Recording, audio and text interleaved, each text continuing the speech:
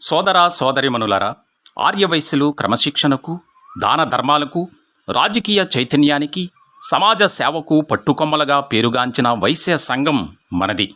కానీ ఈనాడు కొంతమంది ఆర్యవైశ్య నాయకులు వైశ్య సంఘములను నిలువునా చీల్చి అనేక వర్గాలుగా విభజించి ఆర్యవైశ్యుల ఔన్నత్యాన్ని మంటగలుపుతున్నారు.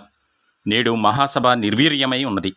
జిల్లా సంఘాలు, మండల స్థాయి సంఘాలు రాష్ట్ర మహాసభ నియమావళికి విరుద్ధంగా నడుచుకుంటూ బహుళ సభ సంఘాలుగా కక్ష కార్పణ్యాలతో వైశ్య జాతి ఐకమత్యాన్ని నిర్వీర్యం చేస్తున్న తరుణంలో ఆంధ్రప్రదేశ్లో ఉన్న మండల, జిల్లా మరియు రాష్ట్ర మహాసభను రద్దుపరుస్తూ ఏ సంఘము కూడా నియమావళి ప్రకారం ఏర్పడనందున న్యాయస్థానాలలో వివాదములు జరుగుతున్నందున కోర్టుల్లో వివాదం ఉన్న సంఘాలను రద్దుపరిచి ఎన్నికలు చెల్లవని తీర్పులు ఇస్తున్నందున రాష్ట్ర ఆర్యవైశ్య సోదరిమణులు ప్రస్తుత సంఘాలను బహిష్కరించి సరికొత్త విధానాలతో అందరం సంఘటితమై గ్రూపు రాజకీయాలకు స్వస్తి చెప్పి సంఘ నియమావళి ప్రకారం కొత్త నాయకులను ఎన్నుకుని వైశ్య జాతి ఖ్యాతిని అంబరం తాకేటట్లు ఏకమవుదాం.